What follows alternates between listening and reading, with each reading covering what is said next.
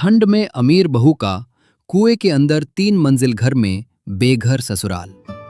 माँ, इतनी ठंड में आप मुझे रोज रोज खिचड़ी खिलाओगी क्या? माँ, मुझे नहीं खानी ये खिचड़ी। तुम्हें खिचड़ी नहीं खानी है तो भूखे ही रहना पड़ेगा। यहाँ तुम्हारे पापा काम ठीक से चल नहीं रहा और तुम्हें 56 भोग चाहिए। दीदी, बच्चों को ऐसे मत डांटो, मैं समझती हूँ। रिंकी बेटा, जो भी इंसान को खाना मिलता है उसे खा लेना चाहिए, वरना भगवान वो खाना भी छीन लेते हैं।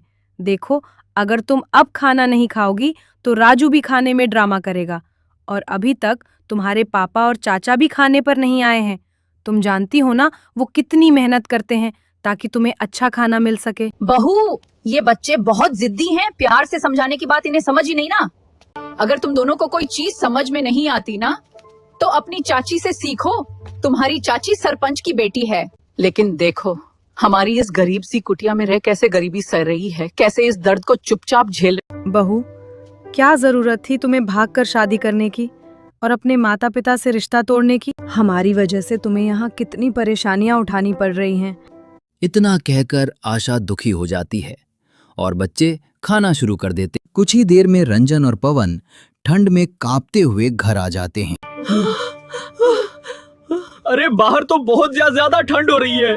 हाँ बेटा, बाहर बहुत ज्यादा ठंड है, पर तुम्हें क्या बताऊं, आज फिर मालिक आए थे और कह रहे थे अगर 2 दिन के अंदर पैसे नहीं तो वो हमें इस घर से निकाल देंगे। तुम्हारी बहन की शादी के लिए मैंने इस घर को गिरवी रख दिया था बेटा। अब हमारे पास बस यही एक सहारा बचा है, और अगर ये भी चला गया हम कहाँ जाएंगे, क्या करेंगे हम? चिंता मत करिए पिताजी, अपने पाप से बात करती हूँ। क्या पता वो हमें माफ कर दें और हमारी मदद कर दें। शिल्पा, वो तुम्हें कभी माफ नहीं करेंगे। तुम्हारे पापा ने हमसे रिश्ता तोड़ दिया है और उन्होंने हमारे सारे रिश्तेदारों और गांव वालों को धमकी दी। इतना बोलकर पवन पुरानी यादों में खो गया। पवन और शिल्पा एक ही गांव के थे और एक ही कॉलेज में पढ़ते थे और एक दूसरे को पसंद करते थे। पर जब शिल्पा अपने घर में पवन की बात करती है तब उसके पिताजी इस रिश्ते के लिए साफ मना कर देते हैं, जिसके कारण शिल्पा भागकर पवन से शादी कर लेती है। और शिल्पा के इस कदम से उसके पिताजी, जो गांव के सरपंच थे, सभी गांव वालों के सामने एक फैसला लेते हैं। तुझे यही गरीब मिला था? मैं तेरी शादी किसी अच्छे घर में करना चाहता था। अगर तुझे इस गरीब के साथ रहना है ना तो तू देख गरीबी आखिर क्या होती है। मैं भी देखता हूँ कि गरीब परिवार में कैसे रहती है।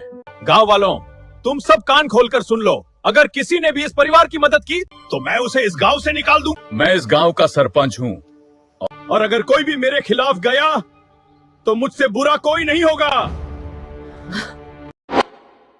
पवन जब पुरानी बातों को सोच रहा होता है तभी शिल्पा और सपना अपने पतियों को खाने के लिए देती हैं। पवन, पुरानी बातों को भूल जाओ।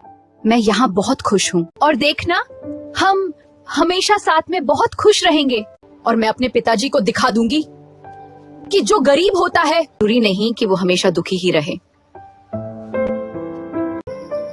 हाँ देवर जी, अब रात ज्यादा हो गई है, अब आप खाना खा लीजिए।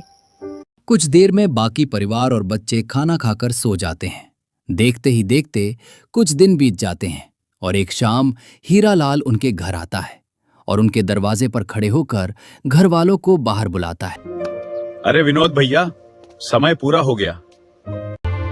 6 महीने पहले तुमने अपनी बड़ी लड़की की शादी की अपना घर गिरवी रखकर, और मुझसे 6 महीने का समय मांगा था और मैंने तुम्हें 10 दिन ज्यादा भी दिए। पर जब पैसे लेने आया तो तुमने कहा कि 2 दिन में सारे पैसे दे दोगे, और पैसे तो दिए नहीं। अब ये घर मेरा हुआ है। Like, share, and subscribe our Meku Tales.